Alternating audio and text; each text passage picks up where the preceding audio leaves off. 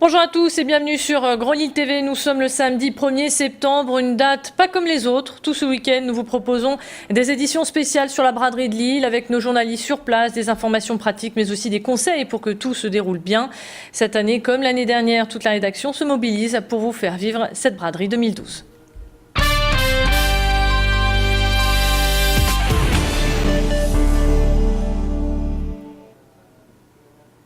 Ça y est, on y est enfin. Le coup d'envoi symbolique de la braderie de Lille a été donné. Après un petit échauffement en bonne et due forme, le semi-marathon a pris son départ boulevard de la Liberté. Cette course internationale rassemble professionnels et amateurs. Les plus rapides ont fini les 21 km en moins d'une heure. Cette année, c'est le Kényan Ezekiel Chebi qui a battu le record du semi-marathon de Lille avec 59 minutes et 5 secondes. Quelques grands athlètes manquaient à l'appel, comme le sportif éthiopien Atsegu Tsegay. Le champion a été retenu par sa fédération pour préparer les championnats du monde. Cette année, pas moins de 12 000 participants étaient sur la ligne de départ. Un record pour les organisateurs qui ont dû clore les inscriptions avant l'heure. Ce samedi matin, le départ a été donné par Martine Aubry avec à ses côtés la sprinteuse Christine Aron. Martine Aubry qui nous a avoué qu'elle irait chiner. La maire de Lille cherche une poussette. Écoutez. Ah, bien sûr, je vais chiner, voilà. Je cherche plusieurs choses, dont une chaise pour bébé, voilà. Donc, ce n'est pas moi, hein, je vous rassure tout de suite, voilà, qui attend un bébé. Voilà, donc je vais bien sûr chiner, j'y vais dès maintenant et c'est parti. Voilà.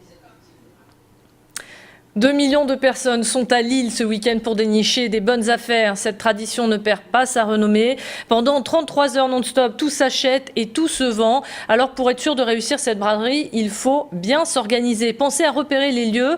Sur le secteur de l'Esplanade, vous trouverez des meubles, des bibelots ou encore de la vaisselle. Ce sont en général des professionnels qui exposent. Le boulevard Jean-Baptiste Lebas est réservé aux antiquaires. Le quartier de l'Opéra sera lui investi par des brocanteurs anglais. Et puis dans le quartier Moulin, notamment sur le boulevard Victor Hugo, vous trouverez le vide-grenier des habitants du quartier.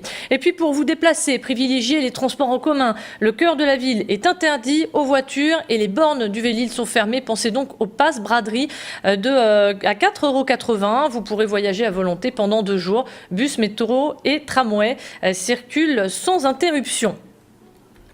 Et puis pour vous repérer plus facilement, et si vous avez un smartphone, téléchargez l'application de la braderie. Elle est très simple d'utilisation. Vous y trouverez toutes les informations utiles qui vous permettront de réussir cette braderie. Elle est composée de plusieurs rubriques.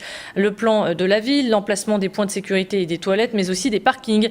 Une application qui s'adresse à tous ceux qui ont un smartphone. Démonstration en images. Donc là, vous êtes sur la page d'accueil, vous avez les différentes fonctionnalités, les numéros utiles. Vous avez, grâce à la géolocalisation, la possibilité de vous rendre aux toilettes les plus proches. Donc vous êtes donc sur la carte de la braderie, donc avec les différents parkings, les axes rouges qui sont interdits à la braderie pour raison de sécurité, les postes de secours. Vous cliquez dessus, vous avez directement donc la localisation et l'itinéraire pour vous y rendre. Comme chaque année pour les forces de l'ordre, l'ennemi de la braderie, c'est bien sûr l'alcool. Les grandes surfaces fermeront leurs rayons à partir de 15 h. Les autres commerçants devront arrêter de vendre des boissons alcoolisées à partir de 22 h, sauf bien sûr les commerçants titulaires d'une licence. Attention, la consommation d'alcool sur la voie publique est interdite jusqu'à lundi matin, 5 h, et aucun particulier ne peut vendre de l'alcool sur son stand. Objectif, éviter que la fête ne soit gâchée avec des tapages nocturnes et autres débordements. Cette brigade lilloise que vous voyez en image verra à ce que chacun respecte bien les règles. Même si la nuit dernière a été calme, les contrôles vont tout de même continuer. On va essentiellement contrôler au niveau de la consommation d'alcool, au niveau des débits de boissons, voir s'ils respectent les horaires, s'il n'y a pas de prémix, donc de ce qu'on appelle les pompes à bière au niveau des terrasses. Et on va également contrôler que les tapages, donc qu'il n'y ait pas trop de nuisances pour les particuliers. On essaye de lutter pour que les gens que ça reste une fête et pas seulement une beuverie, quoi.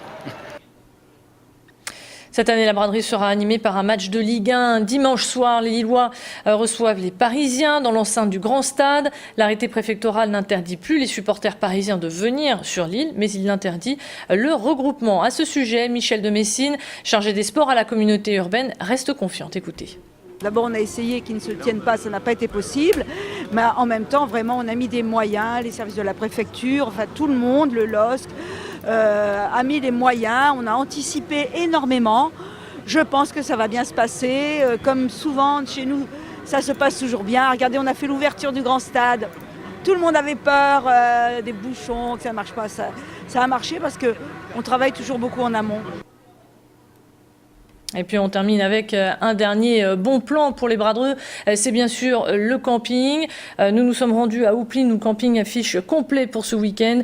Ici arrivent différentes nationalités, mais il y a tout de même 50% de Français. Les Néerlandais et les Polonais sont aussi nombreux à venir faire des affaires. Chaque année, c'est le même scénario. Les Bras-de-Reux arrivent, posent leur tente et repartent en métro pour aller chiner. Donc un bon plan pour tous les Bras-de-Reux. C'est ainsi que s'achève cette édition. Pour savoir ce que vous réserve le ciel pour ce week-end de braderie, eh bien, on marque une pause et on se retrouve dans un instant pour votre météo. À tout de suite.